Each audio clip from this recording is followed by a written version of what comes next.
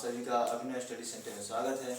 Students, आज हम शुरू करेंगे चैप्टर 9 त्रिकोणमिति के कुछ अनुप्रयोग। स्टूडेंट्स, त्रिकोणमिति के कुछ अनुप्रयोग में जब हमने त्रिकोणमिति के परिचय अध्याय को शुरू किया था तो हमने बताया था कि त्रिकोणमिति का कुछ व्यवहारिक उपयोग आते हैं, जैसे कि यांत्रिकी क्षेत्र में, ज्योतिष के क्षेत्र में, ऊंचाई और दूरी ज्ञात करने के परिप्रेक्ष्य में। तो यहाँ हम लोग स्टूडेंट्स ऊंचाई और दूरी ज्ञात करेंगे। तो चलिए स्टूडेंट्स चैप्टर को शुरू करते हैं। स्टूडेंट्स, ऊंचाई और दूरी ज्ञात करने के लिए सबसे पहले हम दो टॉपिक्स को समझना जरूरी है, उन्नयन कोण और अवनमन कोण। स्टूडेंट्स, पहले हम उन्नयन कोण को पढ़ते हैं। तो देखिए स्टूडेंट्स, जब कोई वस्तु हमारे नेत्र के क्षैतिज तल के ऊपर स्थित हो तो हमें उस वस्तु को देखने के लिए अपना सिर उठाना पड़ता है। इस क्रिया में हमारे एक नेत्र कोण बनाते हुए घूमते हुए हैं। यह कोण उन्नयन कोण कहलाता है। अर्थात अब देखिए, जब कोई वस्तु हम अपने आँख के क्षैतिज मतलब ये अपने हमारा आँख हो गया और आँख के क्षैतिज यहाँ से ऊपर कोई वस्तु देखते हैं तो हम आँख को घुमाते हैं। जैसे आँख जो है, जैसे मान लीजिए आँख हो गया, ये आँख का क्षैतिज दिशा हो गया और इसके ऊपर कोई वस्तु देखेंगे तो आँख हमारा यहाँ से क्षैतिज दिशा यहाँ से ले तो यहाँ से आँख जो है यहाँ से घूमेगा और घूमेगा तो उस वस्तु का एक शिखर का एक कोण बनेगा। तो उस वहां पर जो है ना, ये जो आंख घूमा यहाँ से सामने से, यहाँ पे आंख की पुतली थी तो यहाँ से आंख घूमी तो ये यहाँ पे थीटा, इसका मान लीजिए घूमना हो गया थीटा अंश, तो यहाँ का उन्नयन कोण जो है बच्चों थीटा हो जाएगा और ये कोण कहाँ बनेगा, यहाँ बनेगा। ये बिंदु सी पर, यहाँ मान लीजिए बिंदु सी पर एक हम अपने आँख को रखते हैं तो यहाँ पर बिंदु ए पर मान लीजिए बिंदु ए पर सूर्य देव ही है। तो सूर्य देव को देखने के लिए यदि हम आँख को घुमाते हैं तो आँख जो है मान लीजिए थीटा अंश घुमा तो वही थीटा अंश जो है उन्नयन कोण हो जाएगा। तो एक बार फिर से समझाते रहे हैं कि यदि हम अपने आँख से ऊपर, आँख से क्षैतिज दिशा से ऊपर कोई वस्तु को देखने के लिए यदि हम आँख को घुमाते हैं तो उस दौरान जो कोण बनता है उसी को हम उन्नयन कोण के नाम से जानते हैं। चलिए स्टूडेंट्स, अब अवनमन कोण शुरू करते हैं। तो अवनमन कोण स्टूडेंट्स, जैसे मान लीजिए हम जमीन पर खड़े हैं और जमीन पर कोई गेंद है, उस गेंद को देखने के लिए आप कल्पना कीजिए आप क्या करेंगे। आप नीचे की तरफ देखेंगे, आँख की पुतली को नीचे की तरफ घुमाएंगे तो उस दौरान जो है स्टूडेंट्स भी एक घूमेगा तो प्रारंभिक अवस्था से और उस अवस्था के बीच एक घूमने का एक कोण बनेगा। जैसे मान लीजिए आपका आँख ये था, यहाँ पर एक गेंद था, मान लीजिए बी फॉर बॉल, यहाँ पे गेंद है तो यहाँ पर से आपने आँख को नीचे घुमाया तो इस गेंद को आपने देखा। मान लीजिए क्षैतिज हमने एक लाइन खींच दिया और यहाँ से आप घुमाते हुए यहाँ पे आप ये गेंद देख रहे हैं तो यहाँ पर मान लीजिए जो कोण बना है, यह कोण आपस में बराबर होंगे। क्यों? आपने पढ़ा होगा, जैसे मान लीजिए समांतर रेखाओं के बारे में यदि आप पढ़े हो तो यदि एक समांतर ये मिला दे, यह कोण और यह कोण एकांतर कोण होते हैं और एकांतर मान लीजिए हमने यहाँ ए बी सी डी नाम दे दिया तो कोण बी सी डी और ए बी सी बराबर होंगे एकांतर कोण से। तो यहाँ पर जो है ये दोनों कोण बच्चों एकांतर कोण से बराबर हो जाएंगे।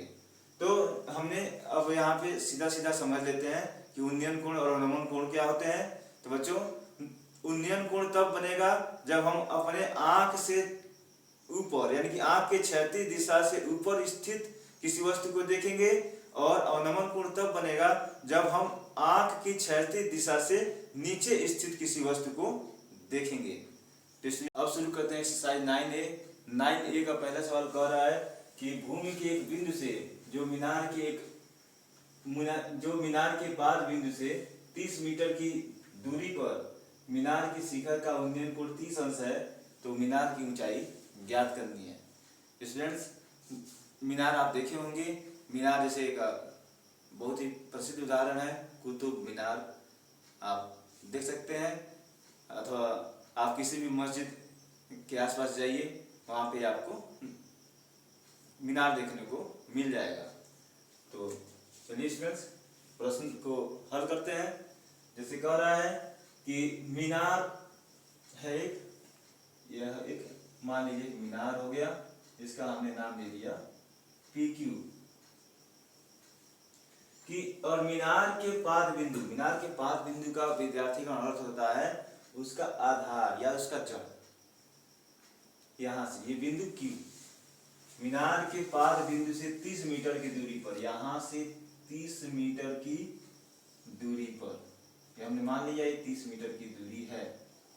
अब विद्यार्थीगण, मीनार की शिखर का उन्नयन कोण, मान लीजिए हम यहाँ से कोई व्यक्ति जो है देख रहा है, तो इस शिखर का जो उन्नयन कोण है, यहाँ से कोई देखेगा ना इस बिंदु P को, इस शिखर को, तो उसका उन्नयन कोण या आंख जो है 30 अंश पर घूम जाएगा, यानी कि यहाँ का जो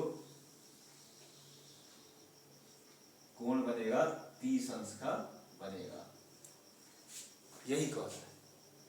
तो हमको PQ का मान बताना है। स्टूडेंट्स, चलिए शुरू करते हैं।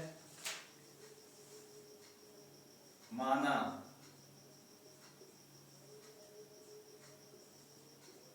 PQ एक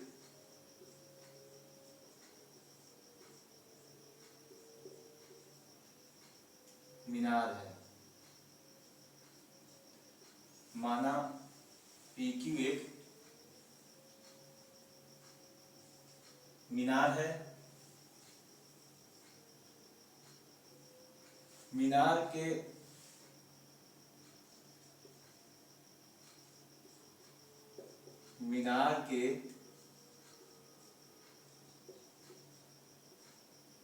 पाद बिंदु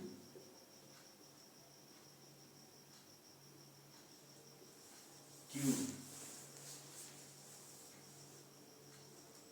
मीनार के पाद बिंदु Q से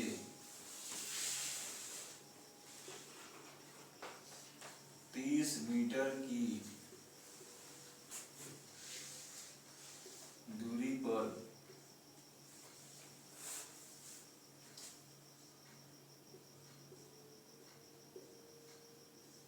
बिंदु R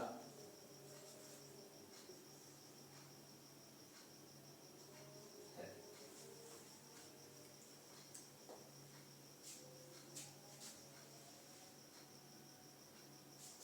बिंदु लिखेंगे, अब बिंदु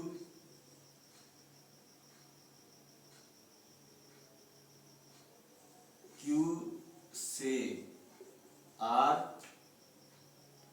तथा R से P को मिलाने पर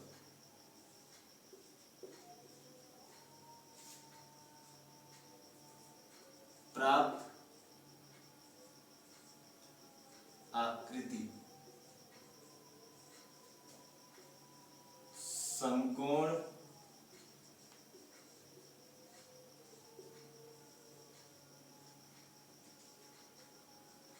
त्रिभुज PQR में, समकोण त्रिभुज PQR में।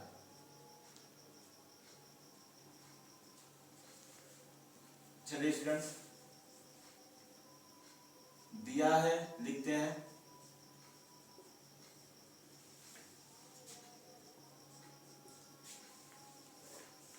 दिया है QR बराबर 30 मीटर, PQ बराबर H, यहाँ पर लिख देंगे माना।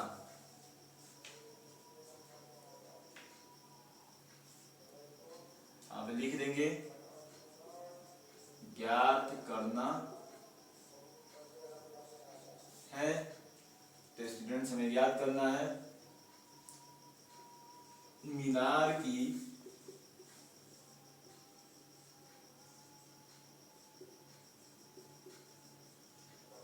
ऊंचाई PQ हमको ज्ञात करना है, जो हमने h मान रखा है। तो लिखेंगे tan 30 अंश। क्यों tan 30 अंश स्टूडेंट्स? देखिए हमने यहाँ पहले लिख दिया है कि त्रिभुज PQR में दोबारा लिखने की जरूरत है नहीं, तो हमें PQ का मान ज्ञात करना है। हमने PQ का मान जो है स्टूडेंट्स h माना है, तो आप ये बताइए कि ये इस कोण के अनुसार यह लंब हो गया और ये हो गया आधार। तो लंब और आधार स्टूडेंट्स किस में आते हैं? आधार स्टूडेंट्स tan थीटा में और cot थीटा में, त्रिकोणमितीय अनुपात tan और cot में आते हैं लंब और आधार। तो tan 30 अंश बराबर हम ले सकते हैं PQ बटे QR। तो PQ का मान है विद्यार्थीगण h और QR का मान है 30। तो tan 30 अंश का मान होता है स्टूडेंट्स 1 बटे कड़ी में 3, ये हो जाएगा h बाई 30। इसको आप लिख सकते हैं h बराबर 30 बाई √3। तो चलिए स्टूडेंट्स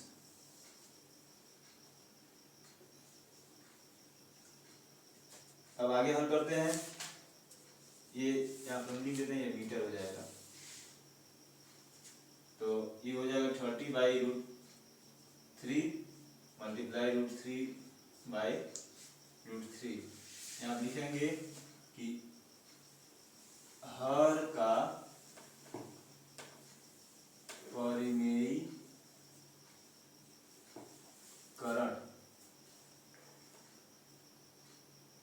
हर का परिमेयीकरण करने पर ये हो जाएगा 30 कड़ी में 3 बटे 3, ये हो जाएगा 10। ये हो जाएगा 10 कड़ी में 3 मीटर। मतलब ये कि मीनार की जो ऊंचाई है 10 कड़ी में 3 मीटर हो जाएगी। और हम चाहें तो यहाँ पे स्टूडेंट्स लिख देंगे कि अतः मीनार की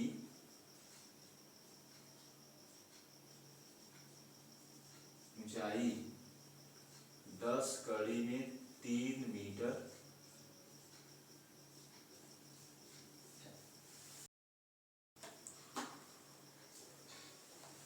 अब स्टूडेंट्स हम क्वेश्चन नंबर 2 शुरू करते हैं। क्वेश्चन नंबर 2 देखिए स्टूडेंट्स क्या कह रहा है।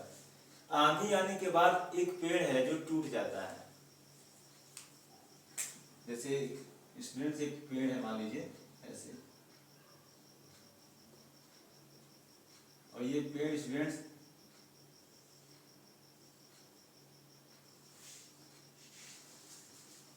ऐसे है, जमीन में लगा हुआ है, और यह पेड़ स्टूडेंट्स टूट जाता है।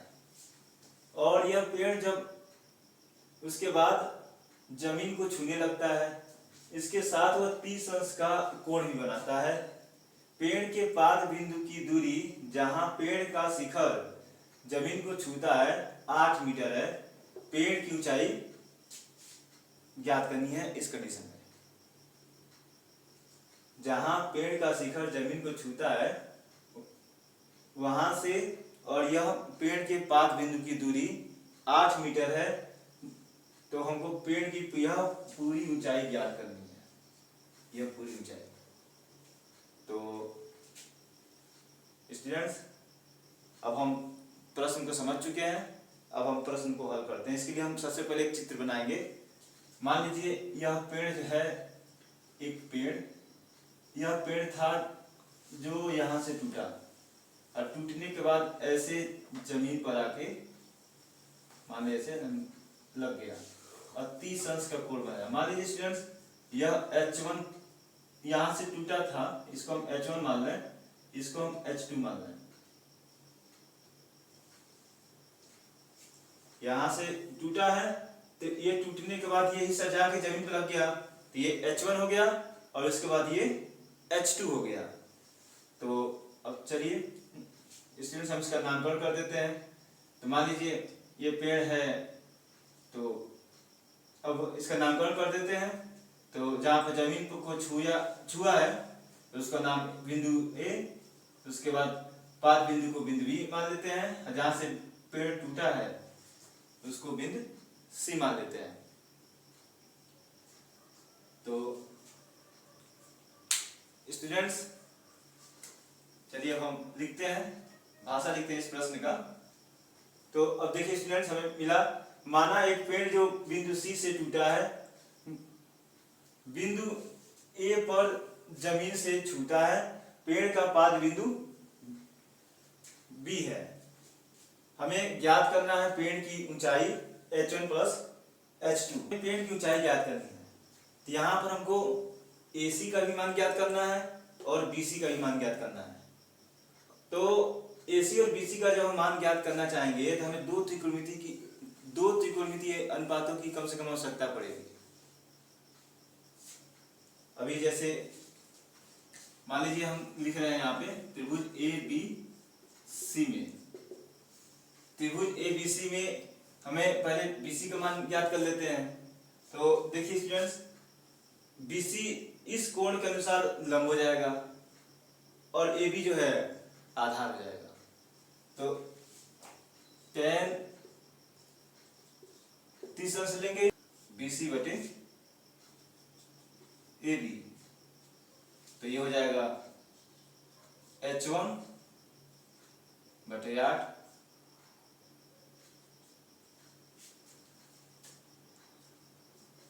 और ये tan 30 अंश का मान हमने लिख दिया 1 बटे कड़ी में 3, और हम चाहे तो लिख देंगे tan 30 अंश बराबर 1 बटे कड़ी में 3।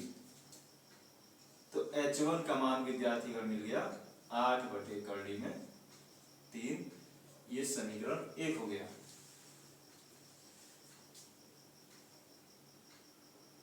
लिखेंगे पुनः त्रिभुज ABC में AB बच्चों आधार है, AC कर्ण है। तो आधार और कर्ण किस में आता है? कॉस में आता है।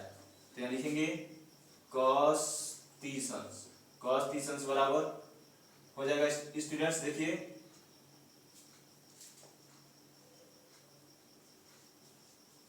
AB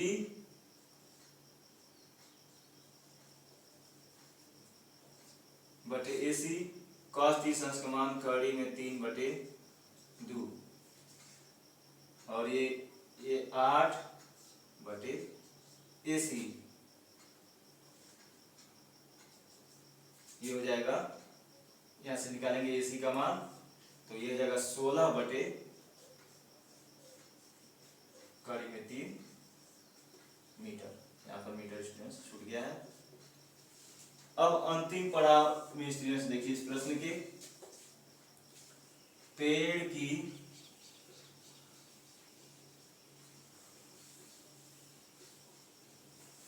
ऊंचाई H1 प्लस H2 8 बटे कड़ी में 3 प्लस 16 बटे कड़ी में 3, तो हो जाएगा 24। 8 और 16 24, हर बराबर है तो अंशों को जोड़ देंगे तो हो जाएगा 24 बटे कड़ी में 3। अब यहाँ लिखेंगे स्टूडेंट्स हर का परिमेयीकरण करने पर, हर का परिमेयीकरण करने पर 24/3। अब परिमीकरण कैसे करेंगे स्टूडेंट्स? कड़ी में 3 है तो कड़ी में 3 से अंश और हर में गुणा कर देंगे तो यह परिमीकरण हो जाएगा। ये क्लास 9th में आपने पढ़ा होगा। अगर आपको परिमीकरण करने में परेशानी हो रही होगी तो आप कमेंट बॉक्स में लिखें कि सर परिमीकरण कैसे करते हैं। इस टॉपिक को भी क्लियर कर दिया जाएगा। ये कोई बहुत बड़ी टॉपिक नहीं है। कड़ी में 3 से अंश और हर में गुणा कर देंगे तो ये हमें प्राप्त हो जाएगा 24 कड़ी में 3/3, ये हो जाएगा 8 और हमें उत्तर मिल गया यहाँ पे 8 कड़ी में 3 मीटर। तो हमारा अंतिम उत्तर देखिए क्या होगा स्टूडेंट्स। अतः पेड़ की ऊंचाई 8 कड़ी में 3 मीटर है।